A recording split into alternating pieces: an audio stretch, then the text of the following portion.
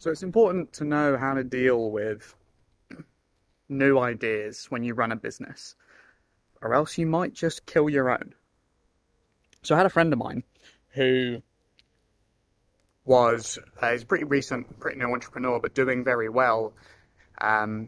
Started making money about 6 months in. He's now earning 30-ish, 30 to 40,000 pounds a month, and then got a new idea, tested it out, and his next month's revenue dropped to 9 because he stopped doing the thing that was working before. Got shiny object syndrome, and then patched it all up, went back to what he was doing before, and then did 60 grand the next month, and then has built on that since, and learnt a very valuable lesson. And so this is what I want to talk about today, because I was driving down with Millie to see her family, and when we do a long drive like that, 2 to 3 hours, we come up with a crazy number of fantastic business ideas. So how can you deal with those to make sure that you don't lose track of what is working, whilst also not throwing them in the bin and just saying, no, it's pointless? What we do is we take note of the idea. And so like today we came up with several, one being a specific new way of running ads into a lead magnet, and from there then upselling them into, or using the lead magnet to get someone to purchase something to then book a call to decrease no-show rates. Because whenever we've tried self-booking calls, the no-show rates are atrocious.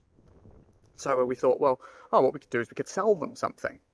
And there's an idea there to test.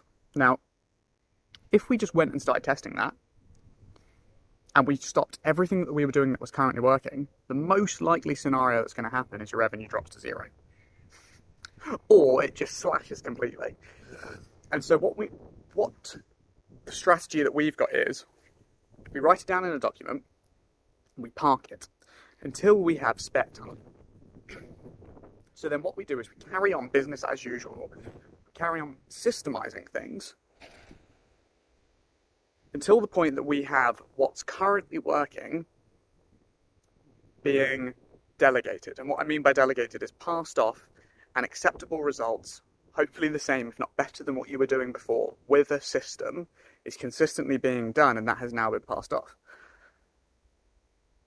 And so where we've been struggling to pass off sales, we're now having an indication that we might be able to do that, which is great. But that is our main revenue generating activity, and that is our main focus right now. So we're not going to mess it up by putting all of our time and effort into something new. So what we do is we put them in a folder and we leave it there and we review them when we have time. And if that idea lingers, if 6 months time you're looking at it and you're like, actually that's a banging idea and I still haven't done anything about it, and you've got some spare time, crack on.